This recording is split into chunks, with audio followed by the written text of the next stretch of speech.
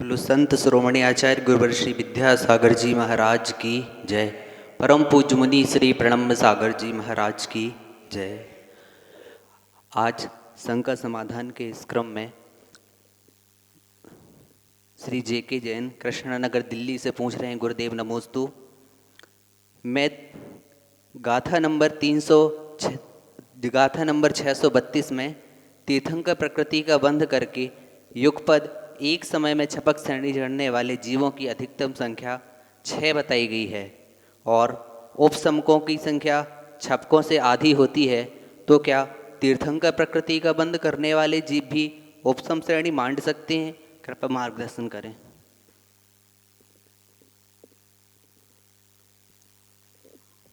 छपकों की और उपशांतों की जो संख्या बताई गई है उसमें तीर्थंकर प्रकृति के बंध के साथ ही बताई गई है।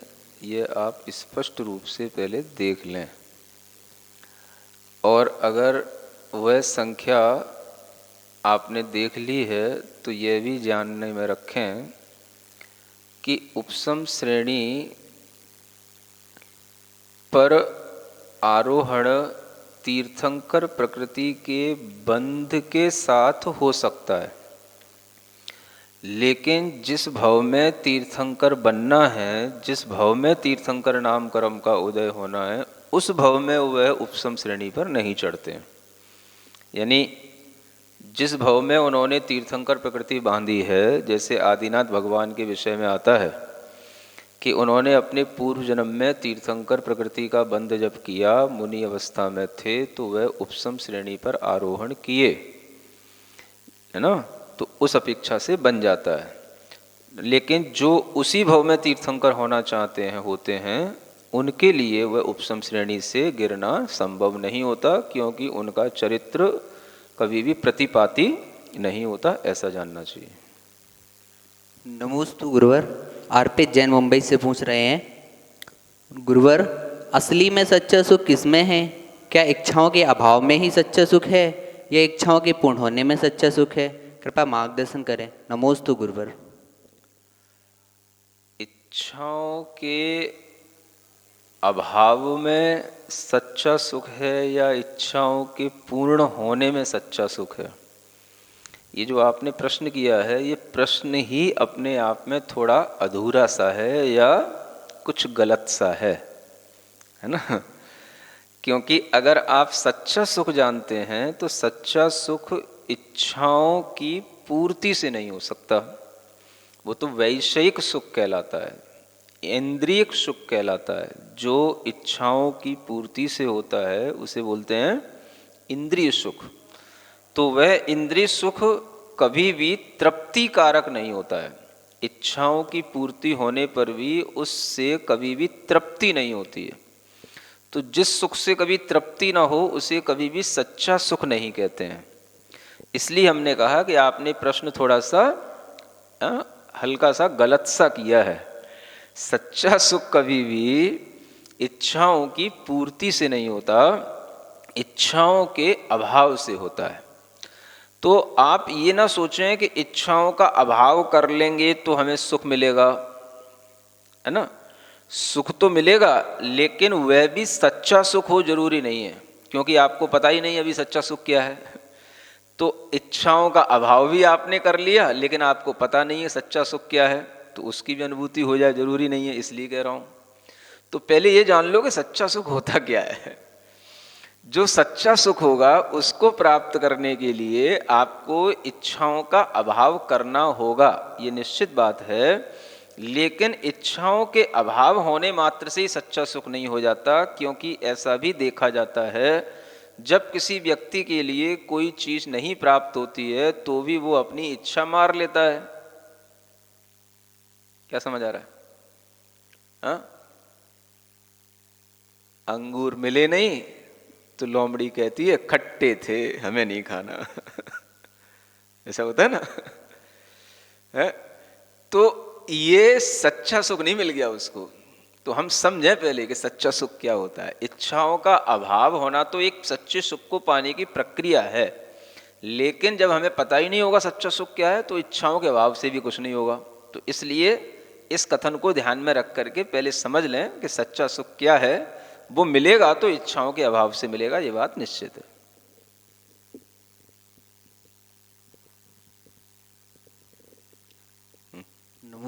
नमोस्तु महाराज जी। योगेंद्र जैन नोएडा से पूछ रहे हैं, चौथे काल में जन्म लेने वाला जीव पंचम काल में भी मुक्त जा सकता है? ऐसी व्यवस्था मात्र हुंडा अप्सरीपड़ी काल में होती है या अन्य कालों में भी? नहीं, ये व्यवस्था सर्वकाल संबंधी है, जन्म महत्वपूर्ण है। यहाँ तक कि अगर कोई विदेश क्षेत्र का जन्मा हुआ व्यक्ति है, वो भी अगर इस भरत क्षेत्र में आकर के कोई उसको ले आए तो वो यहाँ से भी मुक्त हो सकता है। तो क्षेत्र और काल उसकी मुक्ति में बाधक नहीं है। वह जन्म किस जगह पर लिया है, किस काल में लिया है, उसके अनुसार जो उसके अंदर योग्यता है, वो योग्यता कहीं पर भी अपनी प्रकट कर सकता है। तो इसमें कोई हुंडा अवसर्पणी काल का दोष नहीं है। चतुर्थ काल में जन्मा हुआ व्यक्ति पंचम काल में मोक्ष को प्राप्त हो सकता है। ये काल दोष नहीं है, सार्वकालिक व्यवस्था है। ऊषा जैन बेंगलोर से पूछ रही हैं, श्रुत केवली मुनिराज के चरणों में बारंबार नमोस्तु। महाराज जी, हमारे कौन से पुण्य का उदय है कि वर्तमान काल में तीर्थंकरों का अभाव होने पर भी आपकी देशना हमें तीर्थंकर के रूप में प्राप्त हुई? आपके समागम के कारण हमें पंचम काल में उत्पन्न होने की भी कोई खेद नहीं है। नमोस्तु महाराज जी। आपकी भक्ति ठीक है, भक्ति में हम कुछ भी कह सकते हैं, लेकिन हमें ये कहना बिल्कुल भी पसंद नहीं होता जैसा आप लोग कहते रहते हैं, है ना। श्रुत केवली कहना, तीर्थंकर सम कहना, ऐसा कहना ये आपकी भक्ति का अतिरेक है।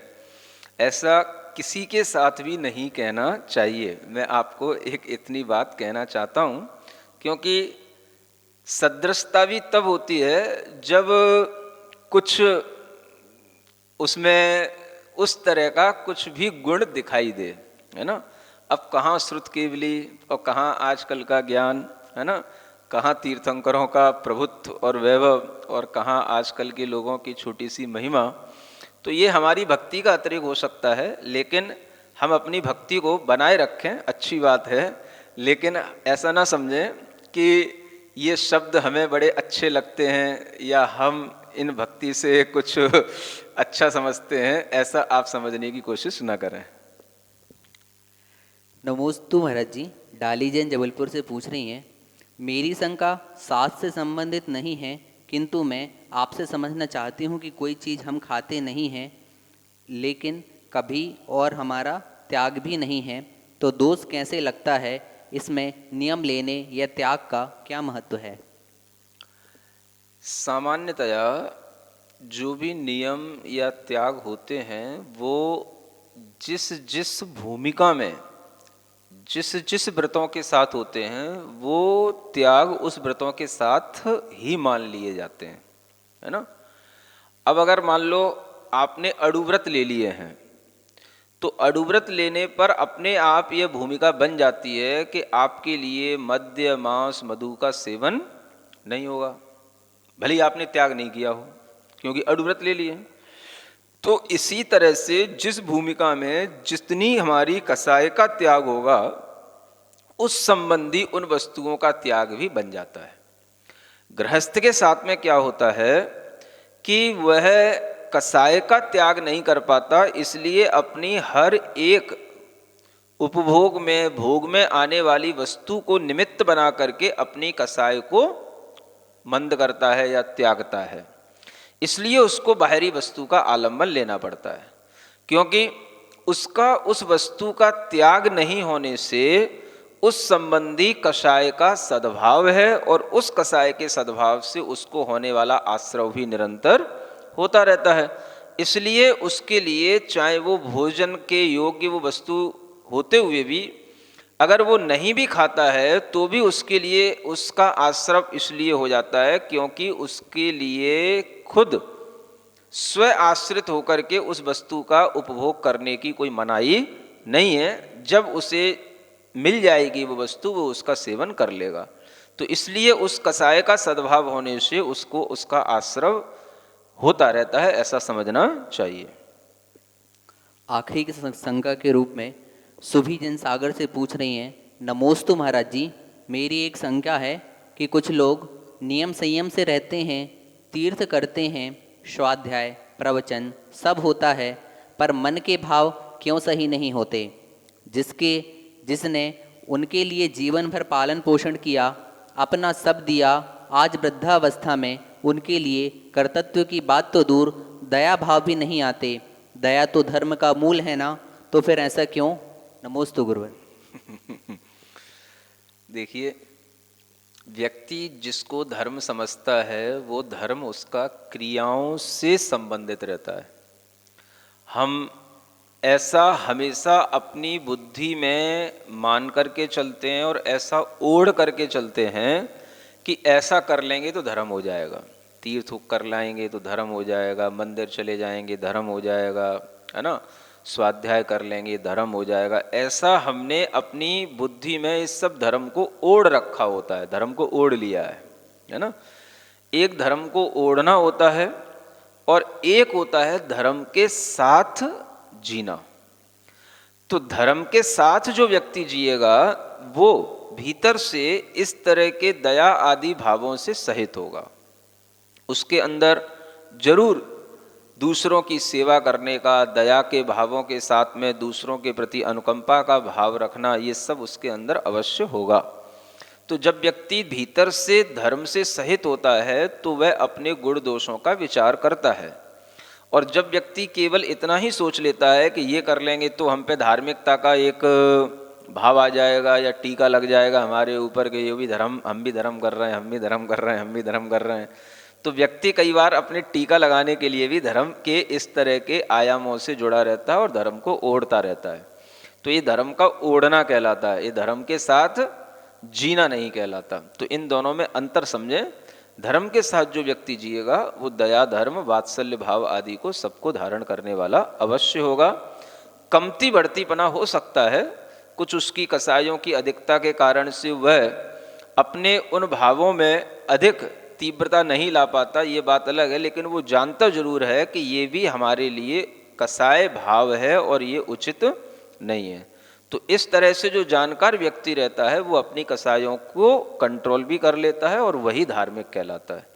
तो आप किसी पर भी इस तरह से कोई भी आप उसको देख कर के न कोई निंदा का भाव लाएं न कोई उपेक्षा का भाव लाएं। आप ये देखें कि व्यक्ति अपनी अपनी सामर्थ्य से जो कर रहा है वो कितना कर रहा है और कितना उसके लिए ज्ञानपूर्वक हो रहा है और कितना अज्ञानपूर्वक हो रहा है, इतना जानने की कोशिश करें बस।